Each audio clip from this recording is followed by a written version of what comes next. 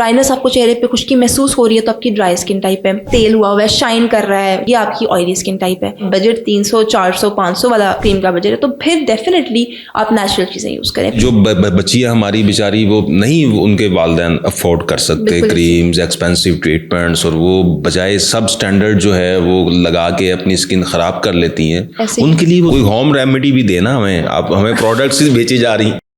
एक आम बंदा जो है, मेल है या फीमेल है, उसको कैसे पता चलेगा कि मेरी स्किन जो है वो ऑयली है या मेरी स्किन जो है वो खुश्क है?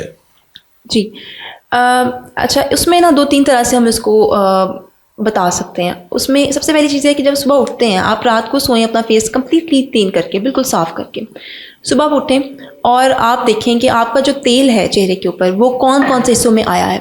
अगर तो बिल्कुल चेहरे पे तेल नहीं है, कुछ भी नहीं है चेहरे पे, ना चेहरा खिंचा हुआ है और ना चेहरे पे तेल है, तो आपकी नॉर्मल स्किन टाइप है।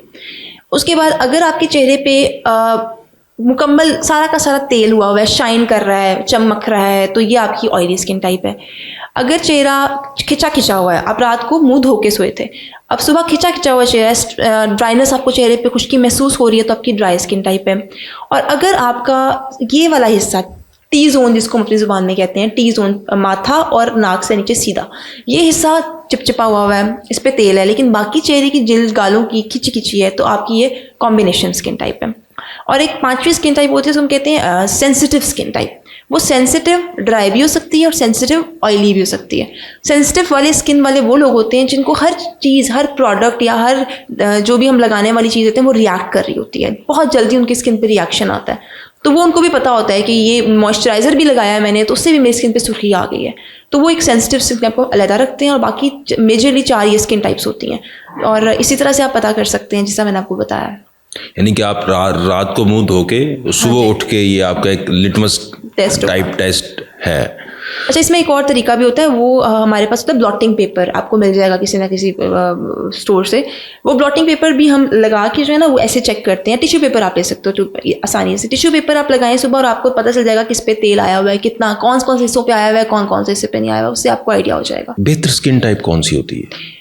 अच्छा देखिए, इसमें ना सबसे best skin type normal skin type होती है कि आप अपनी स्किन के साथ ना तजर्बा कर सकते हैं। इस तरह के लोग हर किस्म का सीरम इस्तेमाल कर सकते हैं, उनकी स्किन और सेंसिटिव इनकी इतनी नहीं होती, तो तंग नहीं होते वो।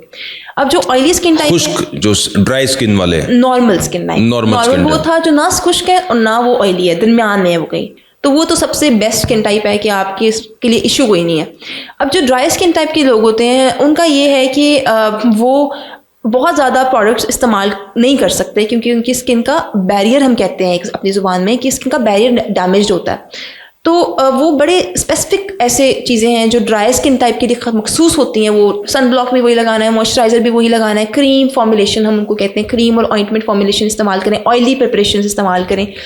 ड्राई स्किन के अंदर चंबल का चांस ज़्यादा होता है, उनको एक्जिमाज ज़्यादा होते हैं, इस तरह के मसले मसाइल के रहते हैं और उनमें झुर्रियाँ भी जल्दी आती हैं।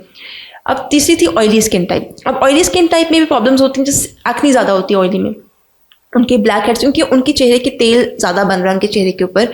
उनकी जो ग्लैंड्स होते हैं, जो गुदूद होते हैं चेहरे पे, इनको हम कहते हैं सेबेशियस ग्लैंड्स, वो बनाते हैं सीबम तेल, वो तेल ज़्यादा बन रहा है, जिसकी वजह से उनके चेहरे के ऊपर इस हिस्से के अंदर पोर्स भी ज़्यादा बड़े बड़े नज़र आते हैं, जो ड्राई स्किन पे इतने नज़र नहीं आते, लेकिन ऑयली स्किन के यहाँ बड़े बड़े पोर्स नज़र आते हैं कि ज़्यादा ऑयल वहाँ से निकल रहा है, और ये पोर्स पे बंद हो जाते हैं। बंद होते हैं तो यहाँ पे ब्लैक हेड्स और वाइट हेड्स और कॉमेडोन्स बनते हैं, और वहीं पे दाना बनता है। तो इसलिए इनके लोगों में एक्ने का मसला, चेहरे पे पिंपल्स, दाने, कील, मुहासे, ये सब चीज़ें ऑयली स्किन में ज़्यादा होती हैं।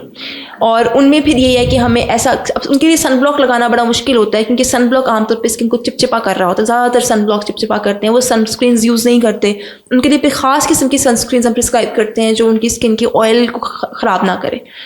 और उसके बाद होती है सबसे मुश्किल skin type, sensitive skin type होती है, जिसको समझ नहीं आ रहा होता कि मैं चेहरे पे इस्तेमाल करूं या ना करूं। उनके स्पेशल प्रोडक्ट्स होते हैं जो हम देते हैं। अब जो कॉम्बिनेशन स्किन टाइप के लोग हैं ना, उनके खर्चा ज़्यादा उनका होता है, क्योंकि उनको 2 तरह के प्रोडक्ट्स लेने पड़ते हैं। उनका आधा फेस ऑयली है, आधा ड्राई है, तो उनको हम फिर यही कहते हैं कि आपको 2 तरह का ही सन ब्लॉक रखना पड़ेगा, 2 तरह का। किसी दिन उनका स्किन ऑयली होती है, किसी दिन स्किन ड्राई होती है, वेदर के साथ चेंज हो रही होती है। फीमेल्स में हार्मोनल साइकिल के साथ प्री मेंस्ट्रुअल और तरह से होता है, पोस्ट मेंस्ट्रुअल और तरह होता है। डाइट के साथ, अगर आप ज़्यादा ग्लाइसेमिक इंडेक्स वाले डाइट्स ले रहे हैं, ज़्यादा sugary food, oily deep fried चीज़ें ले रहे हैं, उस हिसाब से आपकी स्किन टाइप चेंज हो रही होती है। लेकिन मैम मेरा इंटरेस्ट फिर वहीं पे रहेगा कि जो लोग अफोर्ड नहीं कर पाते, इवन हमारे यहाँ सन ब्लॉक्स भी लोग नहीं अफोर्ड कर पाते, तो ख़वातीन कोई घर में कोई स्पेशली कोई एलोवेरा टाइप कोई नेचुरल सन ब्लॉक, कोई उनको कोई होम रेमेडी भी देना हमें, आप हमें प्रोडक्ट्स ही बेची जा रही। अच्छा, इसमें ना ऐसे है कि एक तो ऑयल कंट्रोल के लिए जो हम वैसे बहुत ज़्यादा होम रेमेडीज़ पे इसलिए बिलीव नहीं करते क्योंकि उसमें ना केमिकल्स को बैलेंस आउट स्टैंडर्डाइज नहीं कर पाते, कभी वो ज़्यादा हो जाता है कभी कम। जिस तरह एक बड़ा लंबा चौड़ा हमारा ओल्ड एज नुस्खा होता है विटामिन सी यानी कि लीमू और लैक्टिक एसिड यानी कि दही या दूध, इसका मिक्सचर। अब ये दोनों वाइटनिंग एजेंट्स होते हैं और ड्राइंग एजेंट्स हैं दोनों, लैक्टिक एसिड भी माइल्ड सा पील है और विटामिन सी भी। तो ये कॉम्बिनेशन अगर यूज़ किया जाए तो ये अच्छा रहता है स्किन के लिए, ये लाइटन अप भी करेगा स्किन को। विटामिन सी जो है वो स्किन को, लीमू स्किन को ड्राई करेगा। लेकिन इसको ना फिर बाज़-औक़ात ओवरडू हो जाता है, पेशेंट्स ओवरडू कर लेते हैं। लेकिन मैम मैं उसमें आपके साथ थोड़ा सा उसमें जाऊंगा विद ड्यू रिस्पेक्ट कि जो मार्केट्स में आजकल जो क्रीम्स हैं और वह क्या उससे ये लीमू और दही का जो मिक्सचर है ये बेहतर नहीं है? मतलब कि जो जिस तरह की चीप क्रीम्स आ रही हैं वो शायद उसमें आप बेहतर जानती हैं कि वो स्टीरॉइड्स और वो क्या क्या आ रहा है और वाइटनिंग की, तो उससे क्या ये बेहतर आप दही घर में वो खर्चा भी बच जाएगा। और वो अगर आपने वो सब स्टैंडर्ड क्रीम्स खरीदनी है और आपका बजट 300, 400, 500 वाला क्रीम का बजट है तो फिर डेफिनेटली आप नेचुरल चीज़ें यूज़ करें। फिर मैं वो क्रीम से तो मेरी हमदर्दी उस क्लास के लिए, क्लास के है, बिल्कुल सही बात है। वो क्या करें कि जो बच्चियाँ हमारी बेचारी वो नहीं उनके वालिदैन अफोर्ड कर सकते क्रीम्स, एक्सपेंसिव ट्रीटमेंट्स, और वो बजाय सब स्टैंडर्ड जो है वो लगा के अपनी स्किन ख़राब कर लेती हैं, उनके लिए वो नेचुरल रेमेडी क्या कर सकती हैं? नेचुरल रेमेडीज वो बिल्कुल यूज़ कर सकती हैं। ये मैंने आपको बताया कि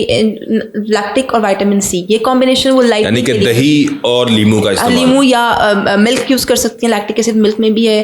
फिर विटामिन सी यानी कि लीमू कम रखें मिकदार में अगर आपने ये इस्तेमाल करनी है, और दही दूध का इस्तेमाल ज़रा ज़्यादा करें ताकि स्किन इरिटेट ना हो आपकी।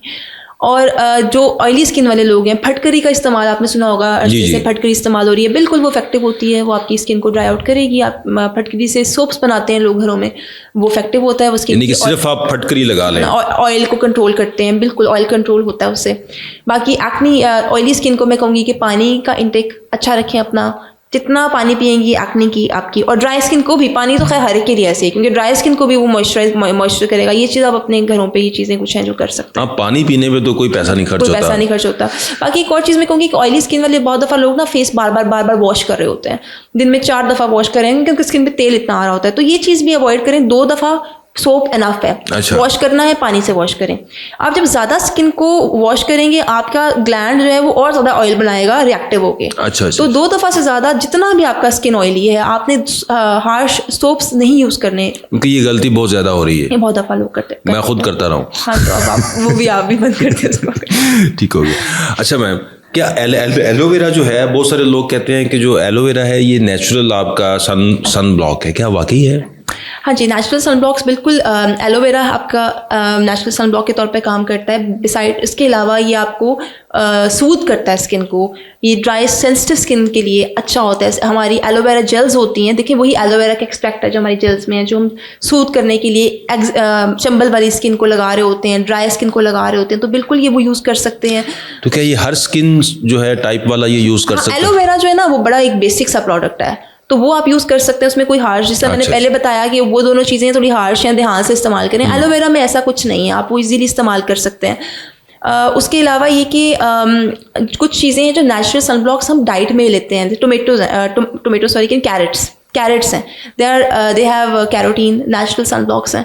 वही कैरोटीन निकाल के हम लोग अपनी क्रीमों में डाल रहे होते हैं, या मेडिसिन होती हैं, उसकी टैबलेट्स होती हैं, तो वो आप बिल्कुल यूज़ कर सकते हैं। वो भी नेचुरल सन ब्लॉक्स हैं, आपको सन एक्सपोजर से बचाते हैं।